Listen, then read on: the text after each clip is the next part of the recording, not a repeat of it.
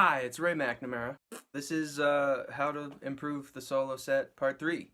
First of all, I want to thank everybody who's come out to see the shows at Monk's. Abby and Wes and Frazier and Kendall and Ashley Cake came on her vacation, which was pretty touching. And Josh Brokaw for Sheriff. Elliot Mangini gave me a lovely little note.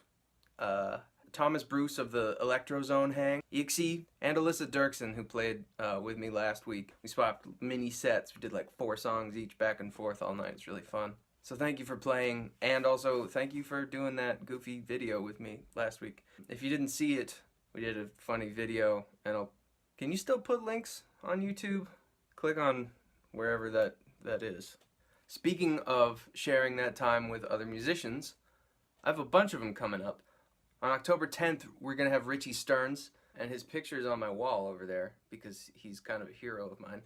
It's only a little one, but there he is. And then on October 17th, we got Eric Berg, who is a saxophone player with Big Mean Sound Machine, and he has been doing all kinds of weird experiments with manipulating sounds with pedals and pianos and looping and drum machine. I don't know what the hell he's going to do, but I'm excited to hear it. And then on October 24th, we're going to have Lucas Ashby, who is the percussionist in Big Mean, and he and I actually have an EP that we recorded. We don't have a title for it, but I'm thinking probably Quick and Dirty, because that was our motto while we were tracking it. Yeah, so maybe we'll let you hear some of that when he comes to town on October 24th. And then the week after that, I don't know what I'm going to do, but it's Halloween. I'm thinking maybe a tribute to Tom Waits because he's the spookiest man alive. Probably. I don't know. We'll see. If you got any ideas that would be appropriate for Halloween, let me know. So to catch up, here's what I've done since the last video. I had to fill a 3-hour set at Monk's, which I'm going to do this week as well. I was kind of worried about it, so I over-prepared, and I ended up with way too much music. So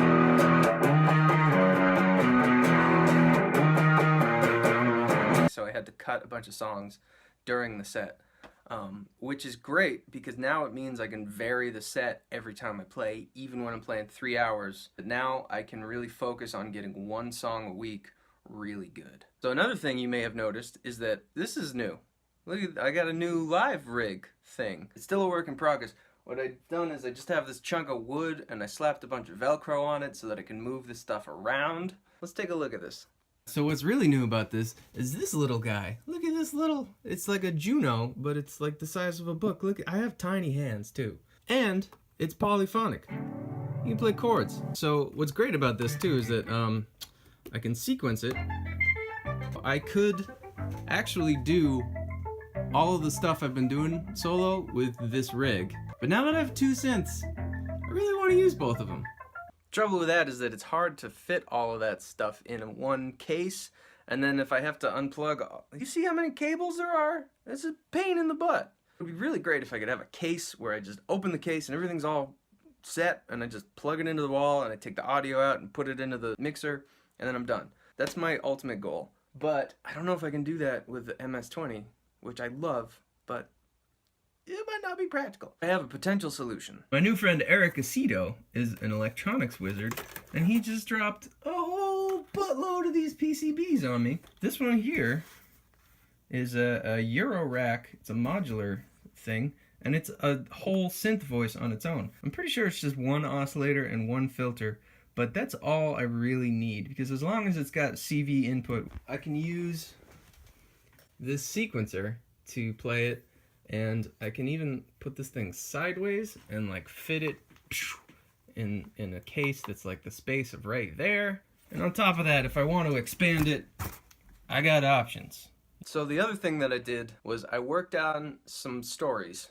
I didn't really write them out, but I had sort of bullet points of parts of the story that I wanted to hit, which seemed to work really well. And I got a lot of crazy stories from being on the road with bands and stuff. There's one in particular that didn't really work. I was playing bass with the guitar player from Bad Company, which was super fun, and a bunch of weird stuff happened. Like the Hells Angels showed up and threw a guy through the front door and like smashed the door off the wall with a person. And there were like strippers and stories about AC/DC having clear parts of the stage so they could watch people like having sex underneath the stage while they play. So it's a great list of cool things, but there wasn't really a clear narrative. I gotta work on that one. There's another good story about how I was kidnapped in a sexy way by these two women who then abandoned me at a train station at 5 o'clock in the morning, and the hijinks between those 2 points, which were numerous hijinks. I may tell those stories again, and I hope that doesn't get boring for people, but I won't repeat them every show. I'd like to get them down so that when I go on the road, I can have that ready. All right, so what I'm going to be doing this week is I want to get better at those stories. Longevity and The Ritual, which are two of my original songs, both have glitches in their sequences, so I gotta fix that. I've got this tune called Cool Green Hills of Earth, which is from a 1950s sci-fi radio drama. And in the story, there's about 10 seconds of this song from this space trucker who's longing to go back and see Earth before he dies. I sort of finished that song, and it seemed to go over well. The people that heard it a couple of weeks ago really liked it, so I think I'm gonna work on that one and really solidify it. I'm really happy with my song Bed of Wires, but I really want to change the key so it's a little higher. It still doesn't feel quite right. I got a couple of instrumental songs that I've added to the set, and one of them's done and the other one still needs a little work. This is called A Squark in the Dark.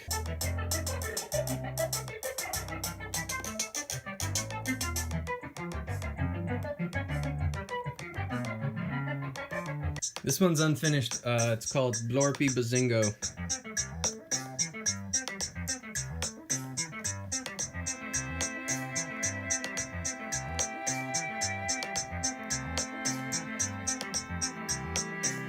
So that's my plan for this week on how to improve the set.